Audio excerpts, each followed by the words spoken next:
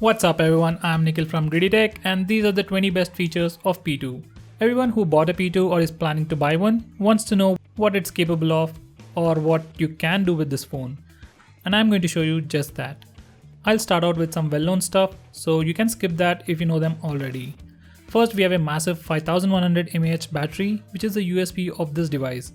And it also comes with a fast charger that can charge your phone completely in 90 minutes. For a better battery life, always keep your phone's battery about 20% and below 80%.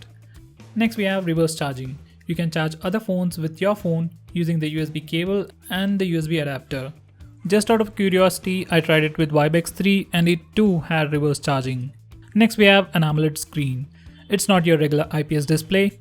Colors are vivid, blacks are truly blacks, and to know how awesome it is, see a black wallpaper in complete darkness. On the whole, it looks good and helps save a little more battery. Next we have ultimate power saving mode with a dedicated button. Once you enable it, it makes your smartphone into a dumb phone but increases your battery life a lot.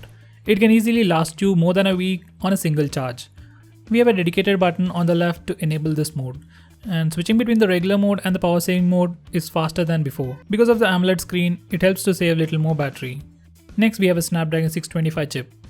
This is the first mid-range processor built on 14nm FinFET technology. It's basically very power efficient. Now it's not as powerful as Snapdragon 650 or 652, but it's good for regular usage and it doesn't have any heating issues. The maximum screen temperature that I have seen while playing Nova 3 was 44 degrees, that too after 10 minutes of gameplay. So no heating issue on this phone. Next we have navigation bar. This is the first phone from Lenovo to come with a navigation bar or on-screen buttons. They are definitely a great upgrade for the non-backlit capacitive buttons seen on all the previous Lenovo phones. We can also change the position of these buttons and even hide them if you don't want them always on the screen. Next we have a fingerprint scanner on the front. I'm pretty sure this is also a first for Lenovo.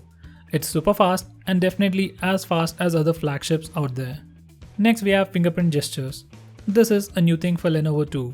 You can touch to go back, touch and hold to open recent apps page, press to go home, press and hold for Google Now on tap. By the way, you can use it along with navigation bar or just the gestures too. Next we have double tap to wake or knock to light feature. This is probably the most underrated feature which Lenovo is still providing. It works as it's supposed to and it's quite handy to wake your device to just check the time or notifications. Next we have quick snap. There might be many situations in your life where you want to take a picture immediately and by the time you open your camera app, the moment is lost. But with this feature, on your lock screen you can press any of the volume buttons twice to quickly take a picture.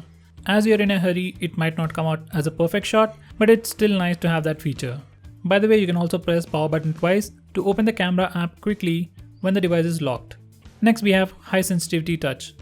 You might never need this feature in India, but if you had to use your phone with gloves, you can enable this mode and improve touch sensitivity. Next we have micro mode, or what we usually call one-handed mode. Draw a C curve from edge to edge to enable it, and the screen size simply shrinks and you can even resize it to your preference. Next we have VR mode. This is a trademark feature of Vibe series phones, but we got it even in the P series. Once you enable this mode, it splits the screen into two parts and you can enjoy any content in a VR headset. This is what Lenovo calls Theater Max technology, and with the right headset like the Procus Pro, it works really well. By the way, you can't use VR mode if micro mode is enabled. Next we have dual apps. With this feature you can run two instances of any application like two WhatsApp accounts or two Facebook accounts on the same phone. It's quite handy if you have a WhatsApp number for work and a different WhatsApp number for your personal life, and if you want both of them on the same phone.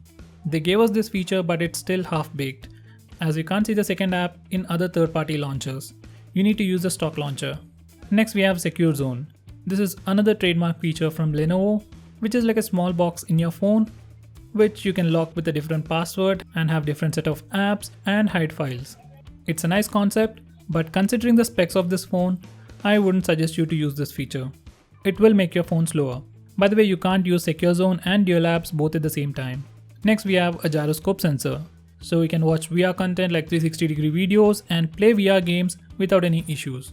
Next we have OTG support.